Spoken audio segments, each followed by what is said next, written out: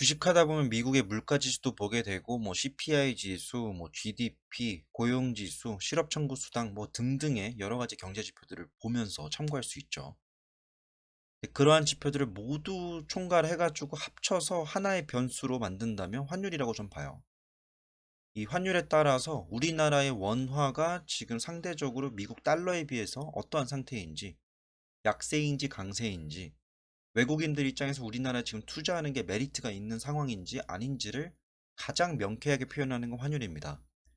가장 명쾌하지만 이걸 분석하는 게 그만큼 어려워요. 너무 많은 여러 변수들이 반영이 된 거기 때문에.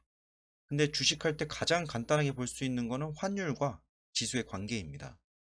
모든 상황에서 늘 그렇진 않지만 그래도 환율과 코스피 지수는 반대로 가는 경향이 있어요.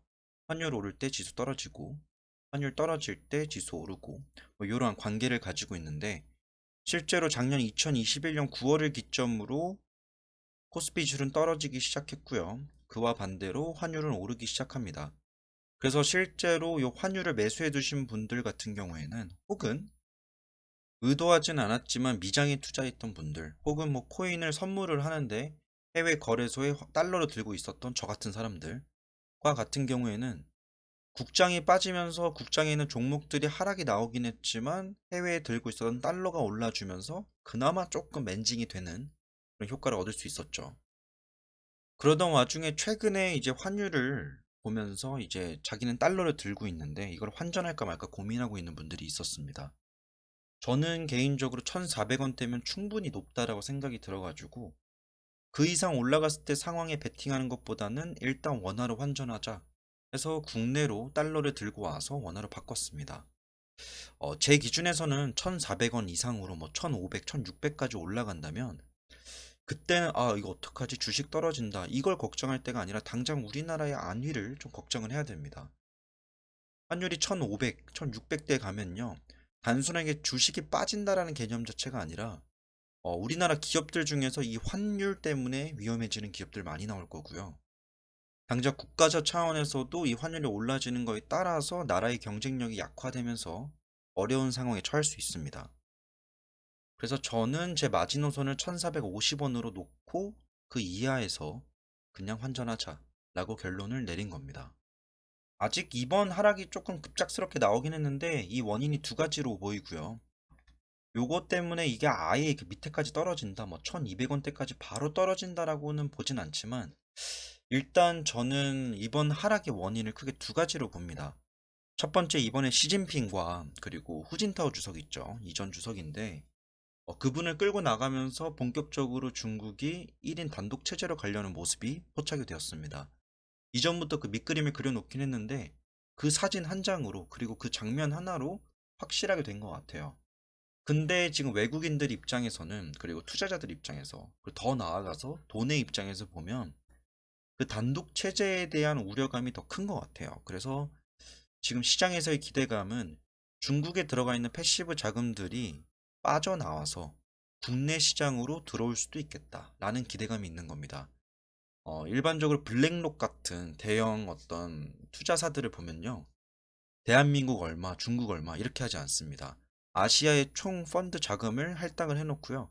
예를 들어서 이게 100조라고 한다면 그 중에서 중국의 몇 퍼센트, 한국의 몇 퍼센트 해가지고 할당을 때려요. 근데 중국 자체가 투자 매력도가 떨어진다라고 하면 다른 곳에서 메우겠죠. 그게 한국입니다. 그래서 이번에 외국인들이 꽤 많은 수급이 들어왔어요. 장이 바닥을 찍었을 때 코스피 위주로 좀 많이 들어왔고 2차전지 종목들 위주로도, 그리고 대형주 중에서 저평가되어 있는 기업들 위주로 수급이 좀 많이 들어오더라고요. 그걸 보면 이러한 중국에 대한 우려감을 반영한 우리나라의 반사의 효과가 아니었나 라는 생각도 하고, 얼마 전에 터졌었던 사태가 하나 있죠. FTX발 사태가 있습니다. 이게 내용을 전달드리면 좀 길긴 한데 요약하자면 FTX랑 이 바이낸스라고 세계 최대 선물 거래소 사이트가 있습니다. 이 사장 둘이 자존심 싸움을 한 거예요. 그래서 우리는 니네 거 다 내다 팔 거야 해가지고 팔아봐라 팔아봐라 했는데 진짜 팔아버렸어요. 그래서 가격이 지금 떡락을 했습니다. FTT라는 코인이 있는데 얘가 지금 고점 대비 엄청 많이 떨어졌습니다. 거의 10분의 1 가격까지. 그래서 요것 때문에 요것 때문에 지금 이거를 방어하기 위해서 이 회사에서 비트 팔고 이더 팔고 여러 가지 코인들을 팔고 있는데 그 규모가 상당합니다. 그러다 보니까 뭐 어느 정도의 코인 간의 이동도 있었겠지만 환 간의 이동도 있었겠다. 그래서 우리나라의 환율이 그나마 상대적으로 버텨준 것 같다. 라는 얘기도 있는데 사실 제가 보기에는 이 중국 관련된 이슈가 조금 더 환율에 조금 하락에 기여를 하지 않았나 싶습니다. 사실 아직까지는 환이 추가적으로 하락할 수 있는지에 대한 저의 판단은 좀 흐립니다. 그러니까 지금 1,400원대 찍고 내려와가지고 1,382원대에 있는데 제 기준에서는 여기서 한 번 더 이탈이 이렇게 뚝 나와준다면 그 다음에 저는 요 구간까지는 떨어질 거라 보거든요. 그럼 만약 여기 갔을 때 지수는 어느 정도 반등이 나왔을 거란 말이죠. 근데 지수가 반등이 나왔는데 추가 상승보다는 약간 조정의 가능성이 있을 때 주식을 다 파는 것 대신에 달러를 취득하는 방향성도 가능합니다. 일단 지금의 상황은 아직은 좀 두고 봐야겠지만 여기서 한 번 더 이탈이 나와준다면 1200 후반대, 중반대까지는 염두에 두고 달러를 지켜볼 필요가 있다. 코스피 지수도 최근에 삼성전자 보면 반등세가 좀 세죠. 제가 최근에 삼성전자 영상을 올려놨는데 거기 안에서 명확하게 얼마 정도까지는 가능하다라고 명시를 해놨습니다. 그 가격까지 보시고 반등이 나왔을 때 추가적인 상승을 노리기보다는 일부 현금화가 가능하다면 현금화를 좀 해두고 나서 다음 턴을 노리는 게 좋을 것 같다 라고 저는 아직도 생각하고요. 그 과정에서 코스피가 만약에 상승이 나온다면 얘가 드라마틱하게 이전에 있었던 여기까지 올라주고 달러도 여기까지 떨어지고 이런 상황은 나오기 어렵지 않나. 2020년에 주식을 시작을 하셔가지고 급락을 받고 그리고 급등을 보셨다면 대부분 생각하는 게 기나긴 하락을 바꾸는 거는 엄청난 슈팅으로 생각을 하는데요. 그게 쉽지가 않다라는 겁니다.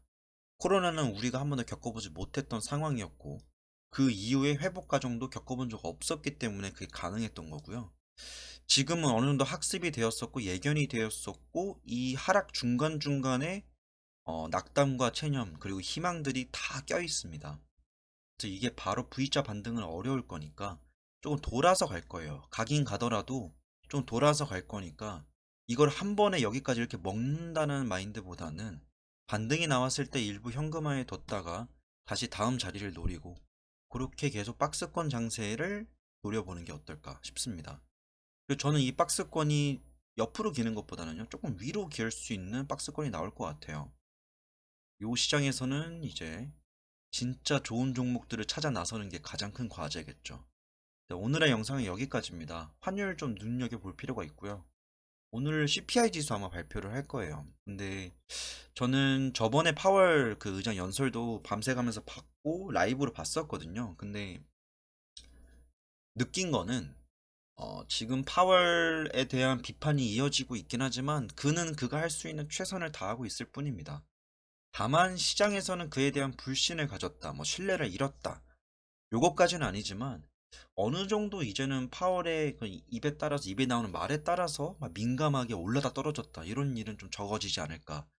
어느 정도 민감도를 낮추고 바닥을 다져가는 과정이 지금은 필요한데 그러한 모습들이 좀 미장에선 보이는데 아직 국장은 조금 더 시간이 필요할 것 같아요. 일단 오늘의 영상 여기까지입니다. 환율의 움직임 잘 지켜봅시다.